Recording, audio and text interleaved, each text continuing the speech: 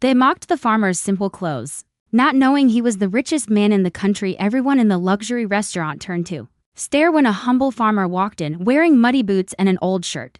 Laughter rippled across the room as some guests whispered, "He must be lost."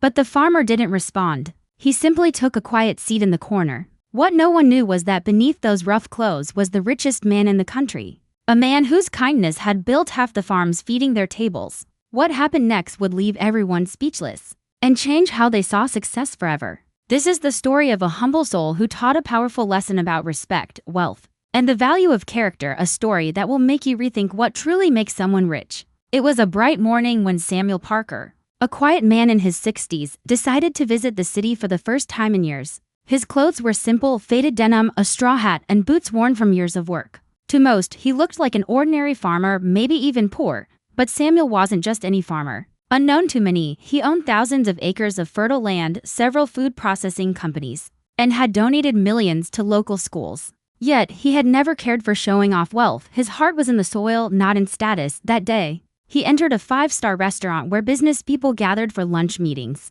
As soon as he stepped in, the chatter softened and eyes turned toward him. A group of young executives near the entrance snickered, "Sir, this isn't a farm stand." One of them smirked. Another added, "Maybe he's here to deliver vegetables." The waiter, unsure how to respond, hesitated before approaching. "Sir, I'm afraid this restaurant requires proper attire." Samuel smiled gently. "I see. I was just hoping to get a meal before heading back home." Before the waiter could reply, a man in a tailored suit interrupted, "He's wasting your time. Look at his boots. He probably can't even afford the menu." Laughter echoed again.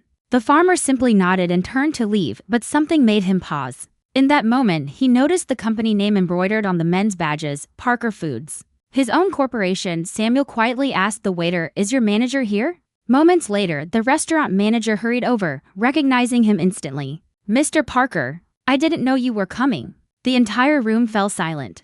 The same executives who had mocked him turned pale. The simple farmer was actually Samuel Parker, the CEO and majority shareholder of the very company they worked for, the man whose decisions could make or break their careers. Samuel smiled politely. "I didn't want special treatment. I just wanted lunch." The manager apologized profusely and offered the best table. But Samuel declined. "No need. Just bring me a seat by the window and a warm meal. That's all I came for." The once arrogant executives watched in shame. Samuel could have fired them on the spot, but he didn't. Instead, he told them, "The clothes I wear don't define who I am, and neither do yours. Remember that before you judge someone again." As he enjoyed his meal, whispers spread across the restaurant.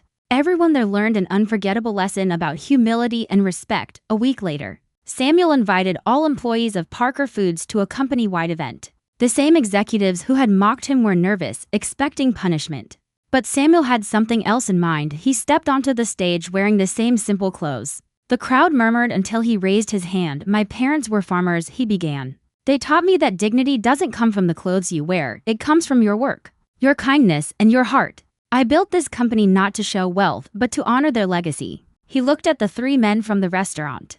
"A man's worth is not in how he looks, but in how he lives." Instead of firing them, he gave them a new assignment, to spend a week working at one of the rural farms. When they returned, they were changed men, humbled and grateful. From that day, Parker Foods started an initiative called Respect First, teaching all employees the value of humanity over status. Samuel's story spread across the country, inspiring thousands to treat everyone equally, because you never know who you're really talking to.